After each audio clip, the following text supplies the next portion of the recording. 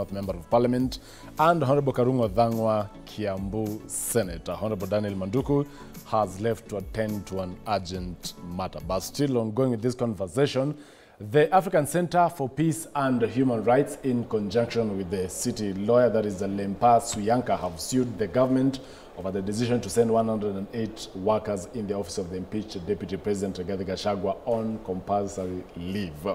Honorable Gachagua, still on Gachagua's staff, it now forces a petitioner to move to court to have them reinstated, even as, of course, the same courts gave conservatory orders seeking to have, or actually ordering that Rigathi Gachagua remains as the Deputy President.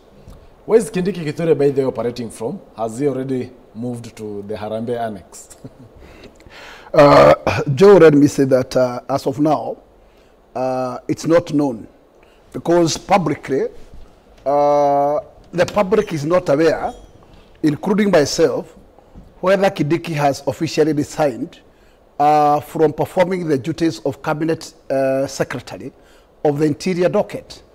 And if Kindiki has resigned so, because probably his resignation maybe has tendered it to the appointing authority silently, then Kindiki is floating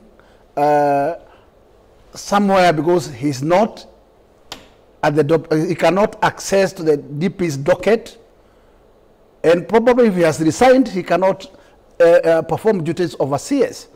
Then, as of now, I cannot correctly say where he stands, but he cannot access to the position of the CS until when he is sworn in. That's the law.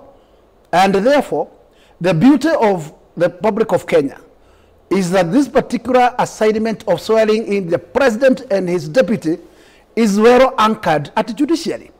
Because if the process and the mandate to swear in the deputy president, the president is anchored under who we call head of staffs, then like what happens to the cabinet secretaries, then Kindiki could be in the office today.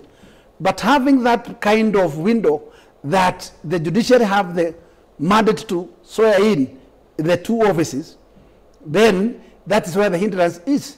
Let us not assume that the state is in either way respecting the law or complied with the orders. They have not, and have not purported. If they have complied with the law, the deputy president and his staffs could be back in the office until such a time the court will pronounce itself that the orders are lifted. As we stand, the orders still stand. And the state what is fighting in the corridors of the court is to lift the orders. Because to them, they have totally assumed the office is vacant. But as per the law, the office is not vacant. In this case, our prayer as the public is that let the court perform its duties. Let us see justice in the corridors of the court.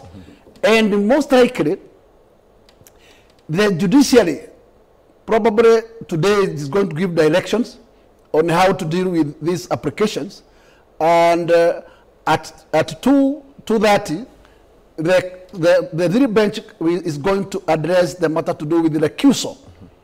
Because there is an application by the defense team to recusal of the 3 judges. By that suspicious move on how they were appointed and the manner they were appointed, because the appointments were made during the midnight, and at the same time, they performed a duty on a weekend, which is, to us is extraordinary. It has never have been found. In the issue to do with the staff, the same judiciary is the one which has the capacity to restore back the staffs, because once the defense team moves in, probably, or any other lawyer, to ask the position, because this has to be an interpretation of the law, whether the office of the president's staff should be out of the office or in the office. Then we are going to wait and see whether that kind of application is going to be given the right of the day. In fact, even as the recusal matter will be before the three-judge bench, a petitioner, Obuli Namenya, has filed an application seeking a recusal of three-judge bench currently handling Gachagua impeachment case. The petitioner, through lawyer Ndegwa Njiru, has listed several reasons for recusal of the bench. And Honorable Karungo Dhangwa, you'll maybe just highlight whether you believe it's reason enough. Now, the petitioners have credible information, according to Ndegwa Njiru, that Honorable Justice Anthony Mrima is a close associate to the proposed Deputy President Kithure Kindiki, and that the said judge failed, refused, or neglected to disclose those facts to the parties at the inception of this trial. That the said judge, that is Mrima, is thus conflicted and guilty of material non-disclosure of crucial information that will have enabled the parties to determine and declare whether they will be comfortable appearing before or actually proceeding before this bench. At the same time that this close association between Justice Mrima and the proposed nominee for the position Deputy President of the Republic of Kenya, that is Kithure Kindiki, might have caused this court to convene and sit on Saturday with a view of assisting one party in these proceedings.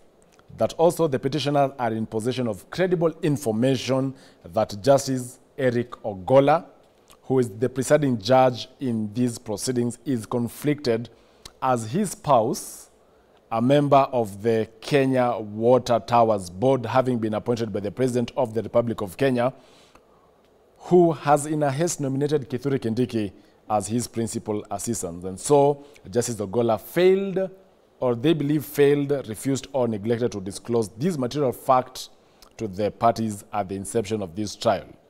That is not clear why the bench decided to only expedite and give priority to the files containing conservatory orders and neglect the rest of the consolidated petitions. Honorable Karungo Dhangwa, this is a petitioner saying he has credible information that the two judges out of three. Do you feel at this point the bench should be dismissed?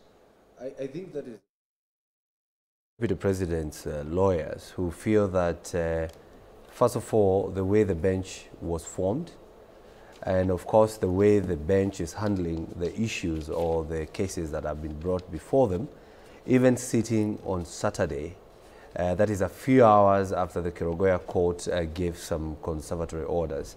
So this is one of the things that the lawyers are looking into.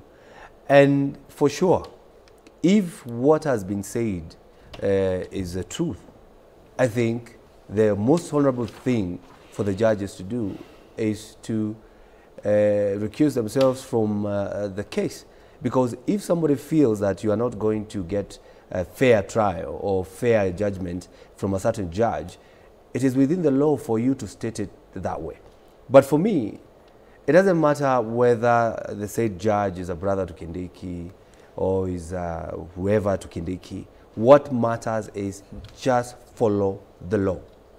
The law states very well that you have to state if in your handling of any business, either in law, either in court, either in government, you must declare the conflict of interest.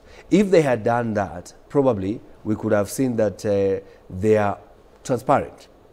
So when the petitioner moves to court and says that they have information, I think they should stop everything they are doing and declare and come out clean to say what this person is saying is wrong and we are supposed to continue with the case. Or it is true what the person is saying, then we are not going to continue with this case, and we urge the Chief Justice to empanel another three-judge bench. If you look at how even this bench has handled a case, and that case I'm talking about from Kerogoya, that case was directed to them by the Deputy Chief Justice.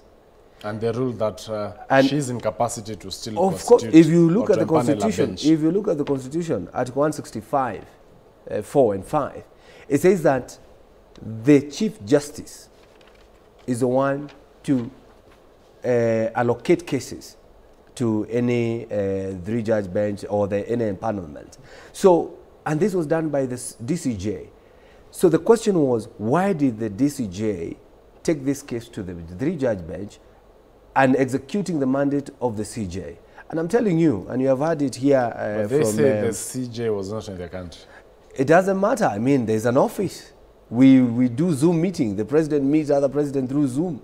Or when you are in your capacity as a judge, you still execute. It doesn't mean when you're outside the country, you become an individual. You're still the Chief Justice. And the reason why they're doing that, and I want to tell the Chief Justice to start looking around, because you have heard from the Mheshimiwa Manduku, who has just today revealed that they have fronted Junaid Mohammed. Is it Junaid Mohammed? Yes, to be the Interior CS after Kindiki takes over as the Deputy President. So meaning negotiations are happening under the table. You never know. Maybe the CJ seat, the Chief Justice seat, has already been promised somebody. And that's why the DCJ is doing what she's doing, because probably she has been promised, you might go up the ladder, or probably if you bring somebody else, you won't be intimidated at all. Because also probably did not attend the Mashujaa celebrations. Yes, probably. The Chief Justice seat is also fronted that they might remove her and put somebody. It is so possible with this current government. It is possible to remove anybody, anytime, anywhere. And you have seen Parliament has become a rubber stamp. Whatever Parliament is being told, for the first time in the history of this country, Senate was in full capacity of 67 senators when Rigathi Gachagua was being removed from office. For 2 days, we had 67 senators seated. That one has never happened. Even the day we were sworn in, we were not 67. Some people missed. There was sworn in a few days later. So what I'm trying to say is that whoever is doing whatever he's doing, he's hell-bent to make sure that what he wants, he gets it. And this can only be stopped by the people. And I want to remind Kenyans, we do not have the finance bill because Kenyans spoke. If you don't speak now of the 7-year term, you will have it. It will be passed in the Senate. It will be assented.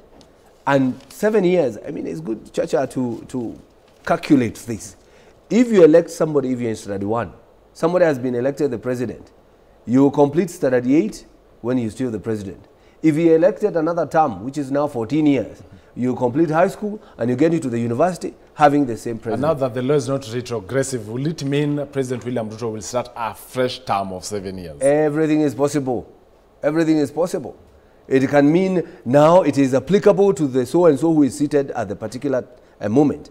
They can say, we take the 7 years, an election will happen within, I don't know, 2030 what. So what I'm trying to say is that this is the right time for Kenyans to speak. Well, Honorable James Gakuya, President William Ruto is accused of spending about 1.5 billion on Deputy President's impeachment amid university funding crises, dialysis patients, deaths, etc. There is a spirited, effort by the respondents in this case.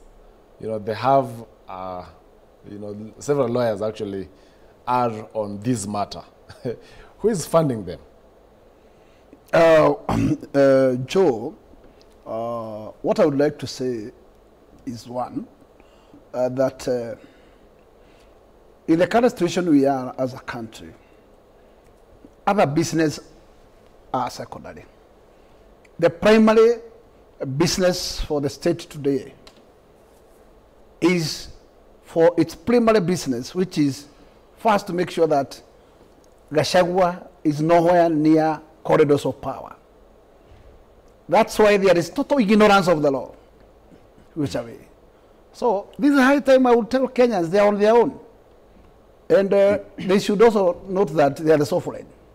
So they only delegate the powers to elected leaders. They can usurp it because they have the mandate to do so. So as we speak, billions are spent and are going to be spent. Because money to some people means everything. To me, money is not everything.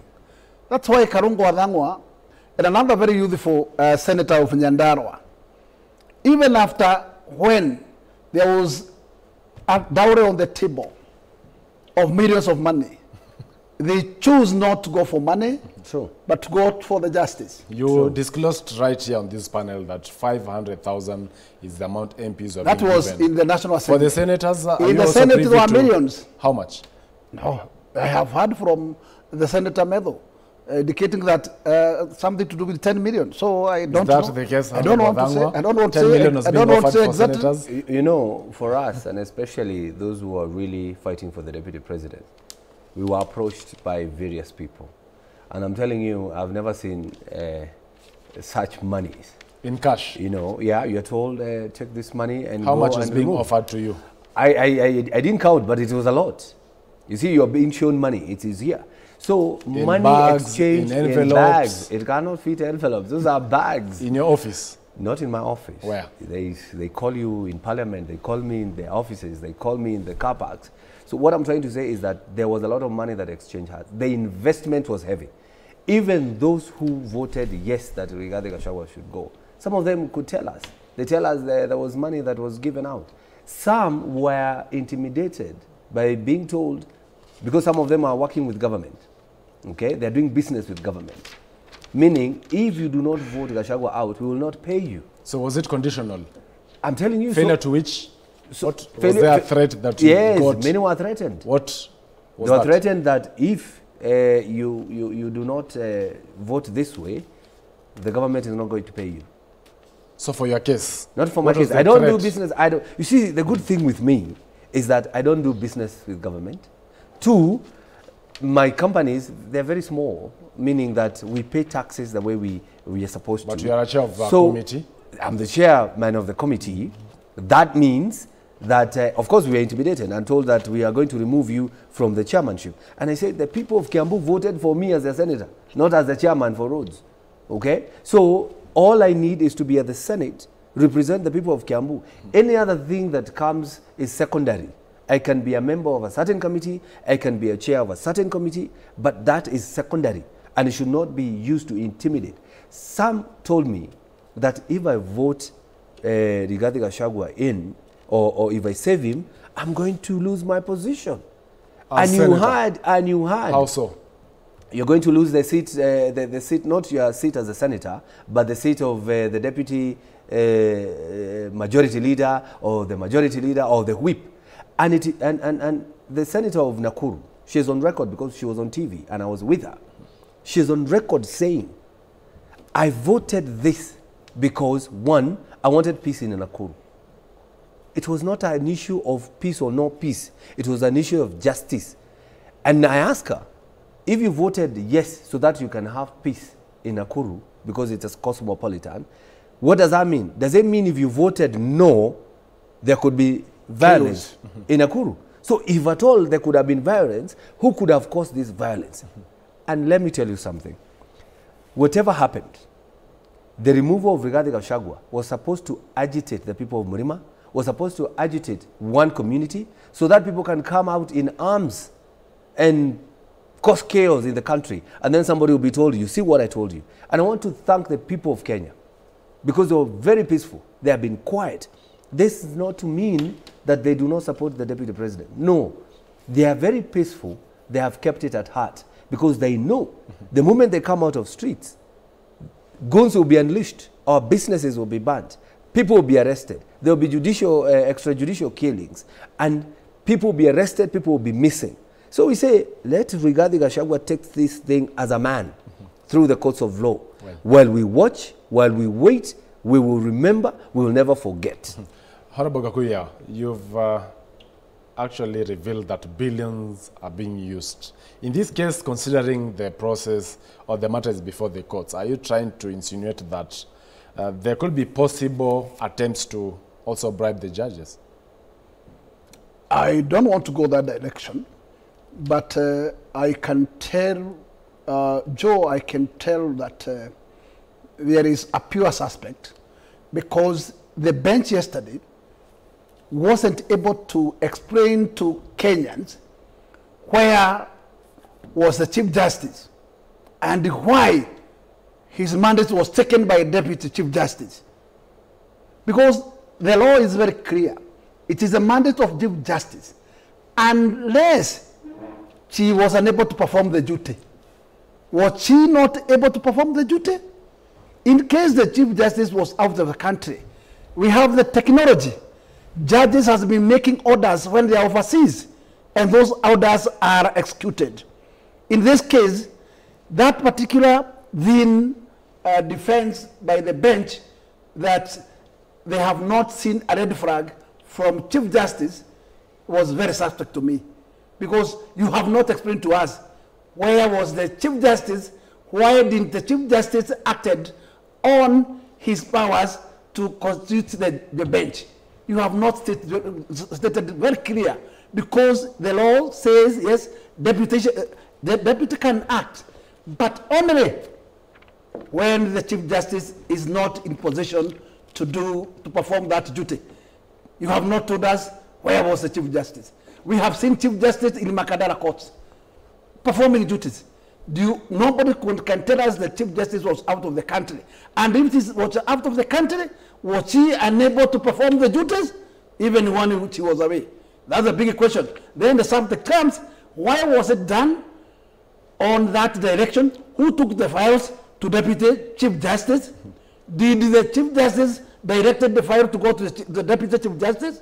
And if there was such a communication, was it a written communication or was it verbal? And to finish that, why was this bench constituted at night? And why was the bench performed its duty on a weekend? What was the hurry? You're cutting short, Honorable Gakuya, as far as the whole issue of Rigathi Gachagua is concerned. My parting short is that Kenyans voted for the new constitution. It was promulgated so that it can serve the interests of Kenyans. Nobody is above the law. At the point we are at crossroad where all eyes are at the judiciary to see whether this country is going to the dogs. Because if the judiciary will not be able to withstand and stand for the constitution, then as a country, we will be able to say it's done. Honorable Adangwa. Yes. Your parting shot. My parting shot is that before you go out with a widow or widower, ask him or her what killed their spouse. This is to mean that before anybody rushes to get that position of the deputy president, ask yourself what happened to the previous. Because it can happen to you. If Rigathi Gachagua, the person who mobilized the people of Kenya to vote for the president or to vote for them both, who mobilized, who is very articulate, who is very eloquent, who stands for the people, is taken through the humiliation that he has been taken.